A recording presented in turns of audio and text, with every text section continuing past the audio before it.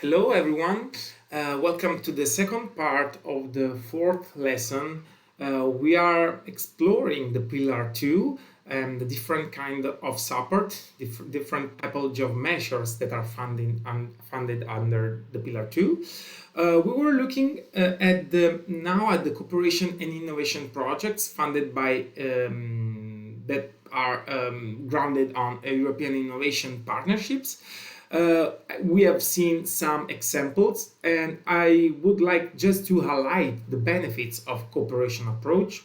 So, in this kind of cooperation and innovation projects, farmer drive innovation agenda, dialoguing with researchers and with academia, and the projects are based on practical solutions and concrete solutions to be applicable directly from farmers. So in this case, you have a knowledge that is shared widely, not only between one farmer and researchers, but among a group of farmers and other businesses, other advisories. So it is a network of persons, of subjects and entities involved in this network. And also, it is also important to remember that within the AP Agri partnerships, you can find, for example, the formation of producer groups and organization, horizontal and vertical cooperation in supply chain, short supply chains and local markets, and promotion of local products. So there are a wide array of possibilities within the AP Agri. So we have now seen how the Pillar 2 is, despite the fact that it receives just the 25% of the CAP budget, it contains a lot of possibilities for farmers in order to invest, in order to receive a support for investments, for maintaining the territory, maintaining their farming activities in, for example, in difficult areas, or maintaining agricultural activity even when the generational renewal is very difficult. Now I will guide you toward to the leader approach. The leader approach is are partnerships for the local development in rural areas. Actually, LEADER is an acronym, is a French acronym for Liaison Interaction des Développements de l'Économie Rurale. Is a bottom-up and community-led local development approach. And also in this case, despite the modest entity of resources, the leader approach receives just the 5% of the budget in the of the Pillar 2, is one of the most successful EU rural development tools. How it works practically? In this case, in the leader, you have local action groups, LAG, that are created. These are a public-private partnership at sub-regional level. For example, sometimes they involve groups of municipalities that share a certain that share different certain conditions of the territories, share certain challenges, and so they decide to join together into local action groups and to bring into the partnerships also private sectors, businesses, NGOs, and other local development agencies. There is a maximum limit of population that can be in the local action groups areas, from 10,000 to 150,000 citizens. The local action groups have to develop the local development strategy in order to set up what are the objectives, what are the instruments that will be set up in order to respond to the challenges. And the task for the local action groups is to select and fund local projects. The leader approach is based on seven features. The bottom-up approach. So the bottom-up approach is used when the rationale is to recognize the capacity of people living in a certain territory to be the best experts to drive the development of their own territory. The leader approach is also area-based. So the specific area that is characterized by certain features is the basis for the development of local partnerships and strategy. So the objectives are set at area level. So it is the leader approach allows to set up instruments that are close to the territories, close to the community's expectations and needs. Also, the leader approach is based on the local partnership. So people become active partners and drivers of their areas development in their own right. As I already anticipated, local action groups have to develop the local development strategies in order to explore and address the area's needs and opportunities in an integrated way. I have contributed, for example, to help some local action groups to set up their own local development strategy, and it is very interesting to see how different actors enter into dialogue in order to discuss on what are the priorities, what are the needs, what are the weaknesses and the strengths of the territory. Also, the networking is a key word for leader approach, because networking enables all those involved to promote inclusion, build capacity, and strengthen capabilities. So providing the critical mass for those involved to share their knowledge, experience, innovations, and ideas. Also, innovation is key for a leader approach. It applies not only to products, to process, and not only to how things and how projects are done, but also to how things our local people are involved. So it's also a social innovation. So a new form of participation is provided by leaders. That is a bottom-up approach. So that comes from the bottom to the top. And the last key word is the cooperation. Indeed, within the leader program, you can involve other regions, other member states, or even non-EU country. And also, the cooperation may also be with other funds external to CAP. So is very often you can observe projects when you have a multi-funds together and jointly contributing to certain objectives. I have selected some examples. For example, an Italian where the objectives is the development of a rural tourism network. So in this case, you have 15 farms created, coordinated agritourism offer. In this case, they jointly created a common booking platform. They put some quality standards and joint marketing strategies. In this case, the investment was 450,000 euros.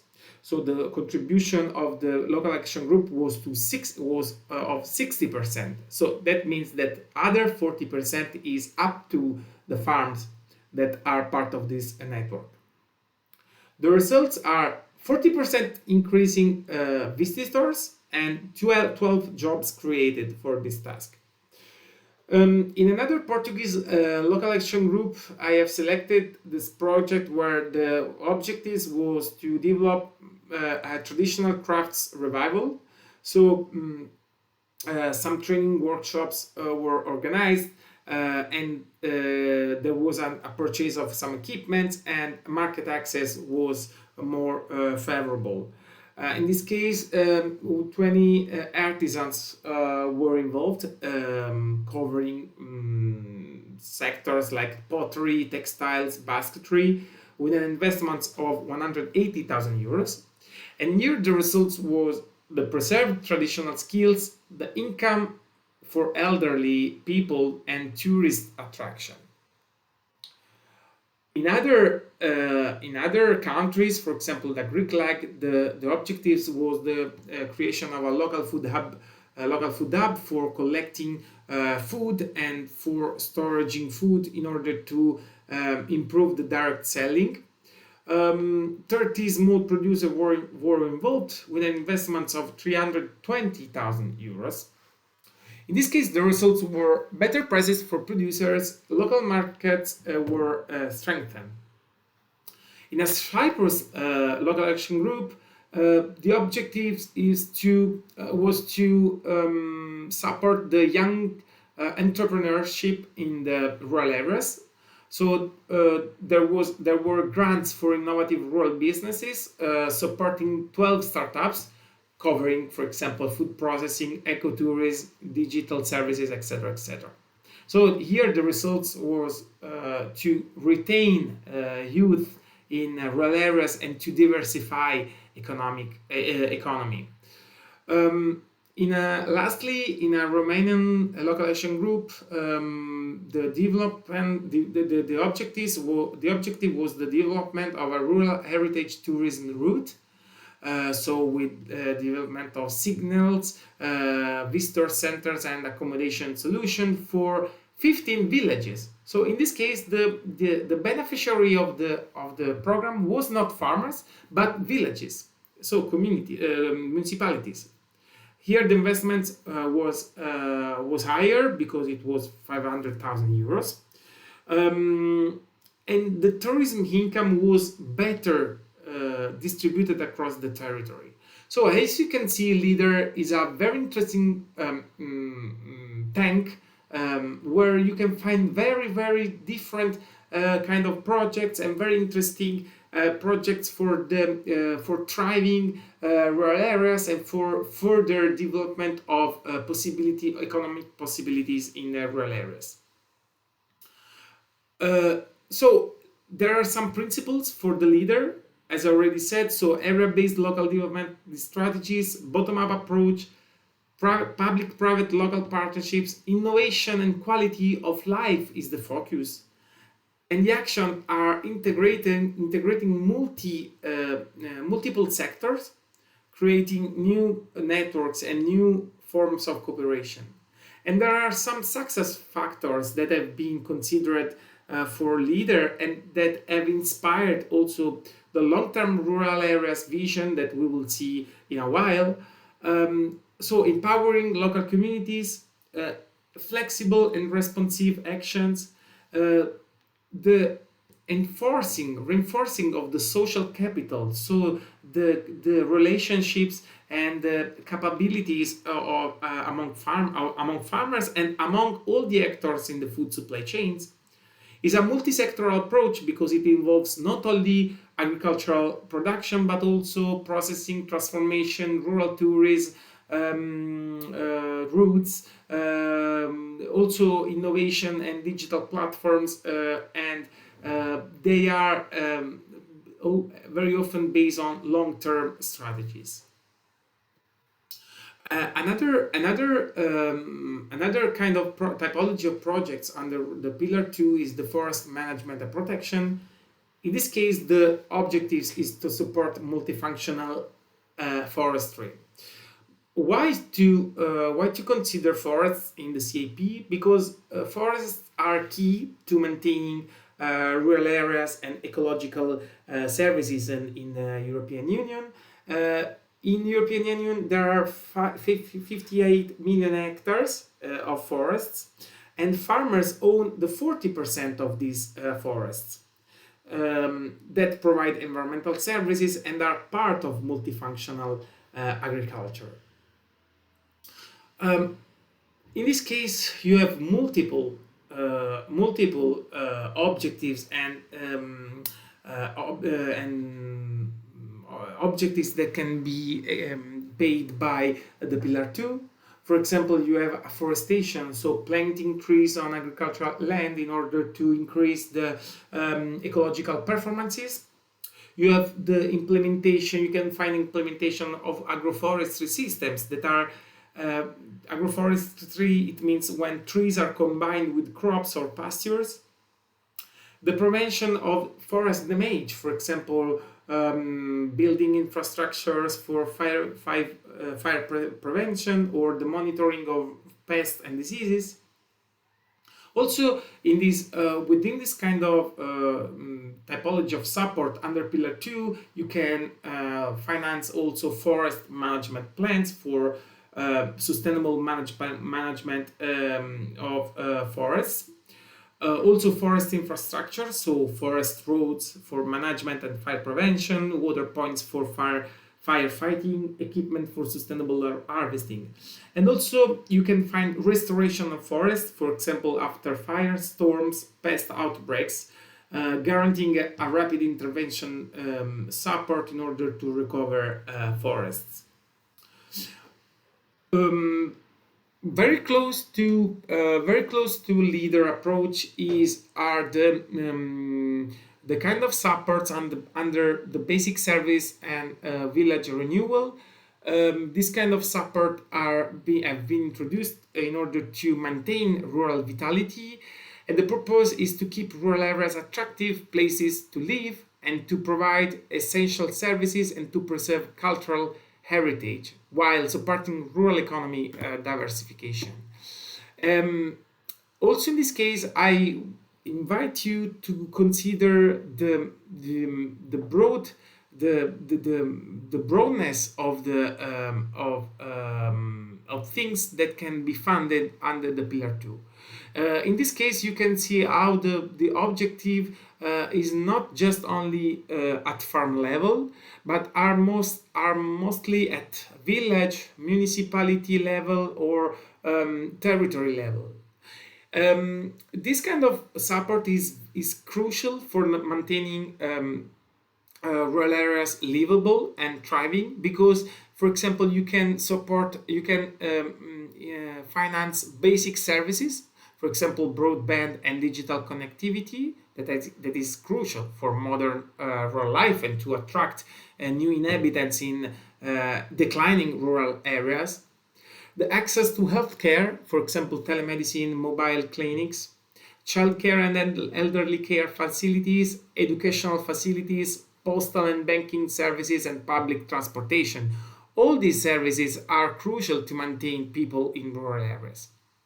Also, are important infrastructures. Indeed, within this kind of support, municipalities or groups of municipalities or local action group can apply for projects for the renovation of roads and public space, water and sewerage systems, energy efficiency, waste management, etc., etc.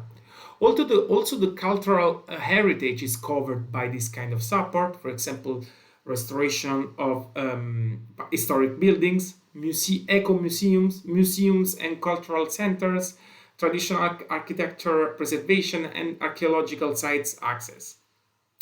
In this kind of support, small businesses can access, for example, for the creation of or the development of micro enterprises, or tourism infrastructures like trails, signages, visitor centers, and local services. I have reported here some interesting examples from the countries that are represented here. In the Romanian village, there was the development of a broadband fiber optic installation in an isolated mountain village. The population was of 800 inhabitants with previously no internet. The investment was 550,000 euros.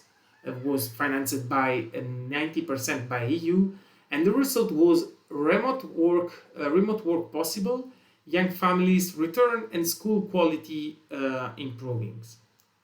In another village in Italy, the objective was the heritage renovation, so historic center restoration in an abandoned village with 6 buildings that were restored for tourism and craft workshops.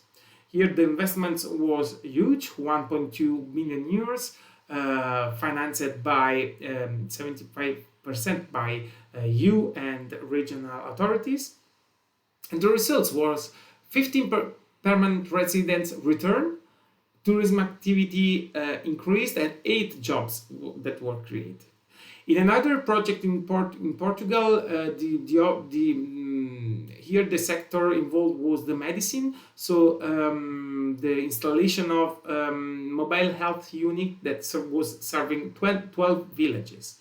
So through telemedicine equipment. So healthcare access was guaranteed for 2,500 elderly rural residents. And you can imagine how this is important to villages that are suffering decline, suffering attractivity.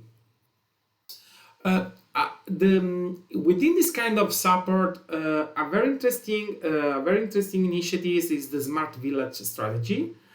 Smart Village concept is an important territorial tool that has been set up to strengthen the socio-economic fabric of rural areas and to modernize agriculture in rural areas by fostering and sharing of knowledge, innovation, and digitalization.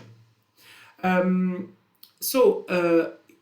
Smart Village is very close to the leader approach because it's a bottom-up approach, but here the focus is on innovation and the utilization of digital technologies in order to better connect rural areas. The CAP, the current programming period, provides a supportive framework for rural communities and funding opportunities for smart villages. Indeed, member states can design relevant intervention for supporting the emergence of smart villages across Europe.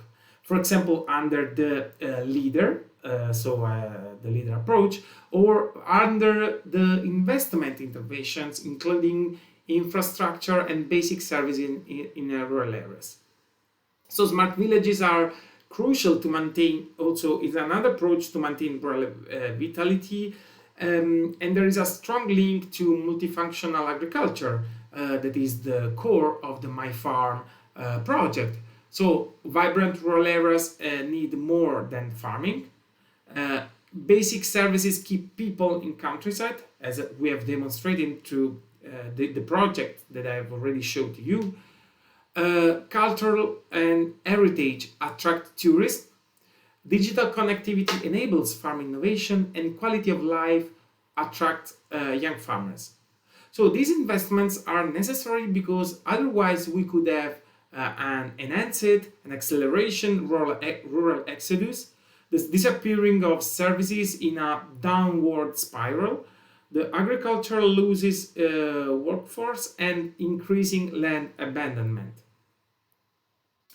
One of the last typology of rural development in rural development pillar 2 is the training and advisory services. In this case, the object is to build capacity, so to improve farmer skill and knowledge, to support informed decision making, and to facilitate adoption of innovations, ensuring compliance with standards that are set up in the CAP that are very often difficult to be respected, difficult to be understood by farmers, and so advisory services are there for helping farmers to be eligible to respect the minimal conditions for accessing the CAP premiums.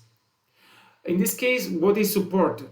Is supported vocational trainings, so helping, improving technical skills, business management and entrepreneurship, environmental and climate practices, digital skills and precision farming, the conversion to organic farming, animal welfare standards, and participation to marketing and value chain. These kind of projects are very much, once again, targeted on demonstration activities and to concrete examples. So very often you find, for example, farm visits to showcase innovation, field trials and demonstrations, peer-to-peer learning, and open days and workshops. Here the target groups are obviously farmers and farm family members, forest holders, young farmers that have priority in accessing to this kind of support, rural business entrepreneurs, and food chain operators. Lastly, I want to show you what is the application process for Pillar 2 support.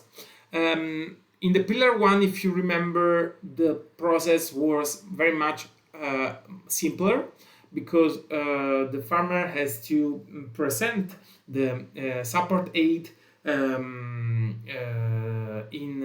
May, in April or May, and the farmer receives payment from October to December, depending on the member states. Here, the process is different, is more complex, but as you have seen, also the typologies of support is very more complex, is higher, so it needs a more detailed process.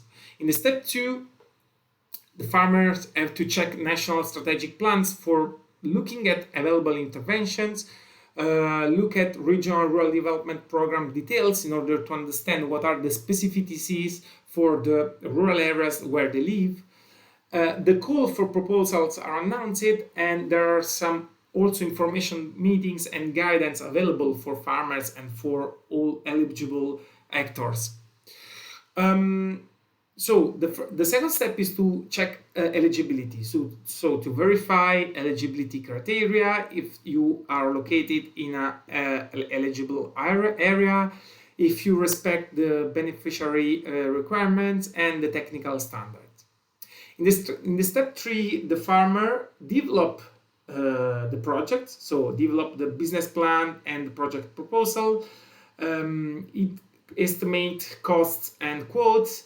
It performs an environmental impact assessment if it is required by the call, and it obtain permits and authorizations. Then there is the submission of the application, so that has to be submitted by the deadline. Usually the calls are often 1 to 3 months open, and the digital submission now is increasingly common. Then there is the evaluation. Some administrative eligibility checks are performed.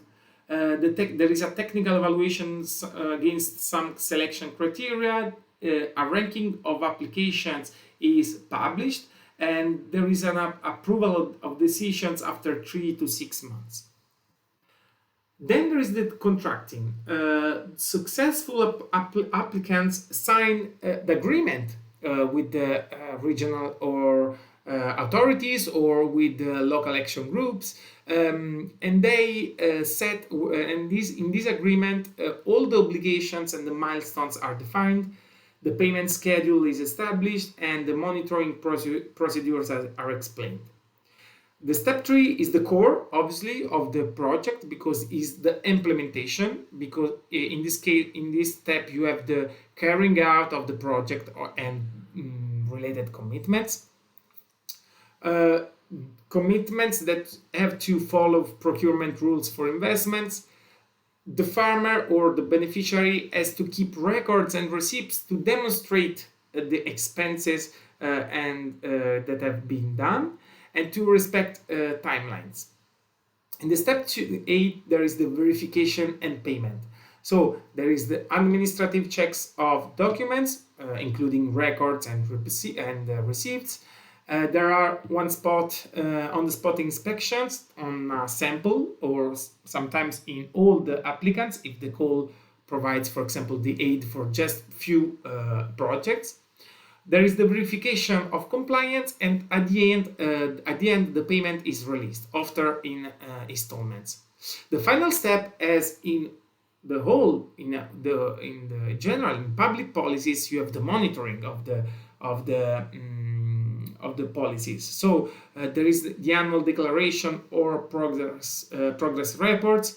You have continued compliance verified, ongoing inspection possible, and the final evaluation at the end. So what are the key takeaways of this pillar 2? So there are some key differences from pillar 1 because the application is more complex. There is a competitive selection, and the eligibility is not automatic. You have a longer time frame compared to pillar 1 that is usually based on 1 year. But there are some common challenges. For example, complex documentation requirements that sometimes is a barrier for some farmers. There are long waiting periods for decisions. Sometimes the applicants do not know if their project is accepted for several months. Competitive selection means that some projects are unfortunately rejected, and there is a compliance requirement throughout the project. So there are some tips for the success of the projects. So it is important to start the preparation early, to seek for professional advice, to ensure project quality and innovation, to demonstrate sustainability and impact, to have the co-financing secured. It means that the farmer has to be sure that he owns the financial resource to cover the remaining part that is not financed by the institutions. Also, there are complementarities with the pillar 1. So how the two pillars work together. So the pillar 1 provides annual income stability, and it poses a baseline environmental requirements that is called conditionality. There are some voluntary annual eco schemes, and the support is provided for all eligible farmers. While in the pillar 2, not all the farmers have to present their own project that is subjected to selection. Usually, pillar 2 provide support for structural investment for modernization, and the commitments are multi-year. And pillar 2 is much more oriented to territorial development and training and innovation. But it's important to consider that both pillars, they contribute together to build more sustainable and more vibrant farming activities under the CAP. I would like to finish this lesson with a mentioning of the long-term vision for rural areas. That is something a little bit detached from the CAP, but it has some important connections. The long-term vision for rural areas has been adopted in 2021, and it sets strategic direction beyond the CAP, addressing rural challenges holistically. There are 4 areas and 4 objectives that have been set by the Rural Pact. There are stronger, more connected, more resilient, and more prosperous rural areas.